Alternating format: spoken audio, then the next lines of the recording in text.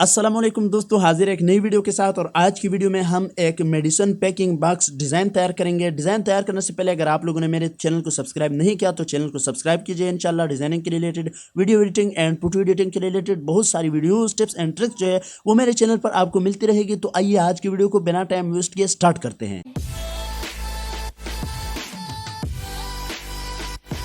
Alright, welcome back. So first of all आप लोगों ने क्या करना है कि ये वाली डाई बनानी है।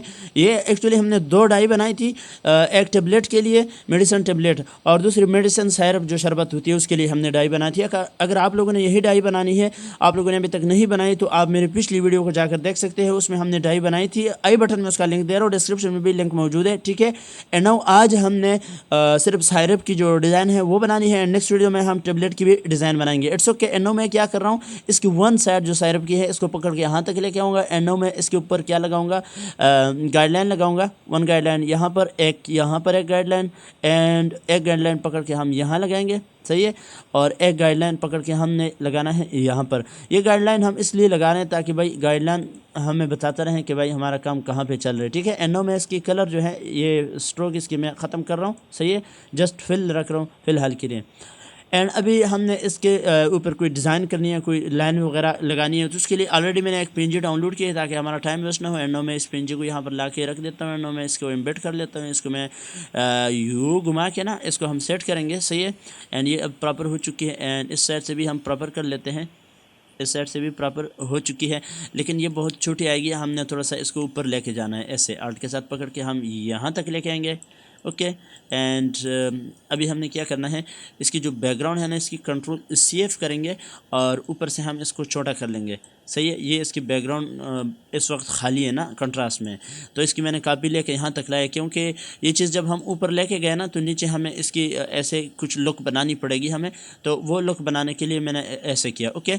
एंड वो लुक बनाने के लिए मैं क्या करूँगा, यहाँ ग्रेडियंट में जाऊँगा। एंड नो मैं इसके ऊपर ग्रेडियंट अप्लाई कर लूँगा, red and white. And no ये रेड एंड वाइट नहीं, सो सॉरी यार, ब्लैक एंड वाइट, सही है। एंड इसको मैं डिलीट कर रहा हूँ। वन साइड जो है यहाँ पर मैं लगाऊंगा वही ग्रेडियंट हमने बनाए। आई ड्रॉपर से मैं यहाँ से कलर उठा लूँगा, इस साइड वाला, इट्स ओके। एंड नाउ इसके बीच में भी हमने आर्ट के साथ कॉपी करके यहाँ पे रखना है। एंड इसका कलर जो है हम यहाँ से उठाएंगे।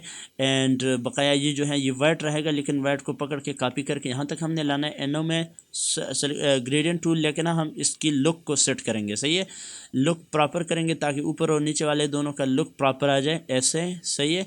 जहाँ तक उनकी ग्रेडियंट गई है ताकि हमारी ग्रेडियंट भी वहाँ तक आ जाए, ऐसे प्रॉपर लुक आ जाए।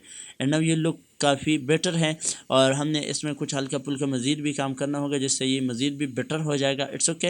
एंड अब हम क्या करेंगे, यहाँ पर छोड़ देते हैं हल्का सा। हम यहाँ पे देखते हैं कि एक बाल सी लगी हुई है यहाँ से। एंड दूसरी साइड को मैं सेलेक्ट करके मैं यहाँ से कलर लूँगा ताकि हमारी वो वाली और ये वाली जो सर्कल है ये बराबर हो जाए। एंड इसको मैंने ऐसे रख देना है, ओके, मर्ज करने के लिए ताकि ये दोनों सेम रहें, ठीक है।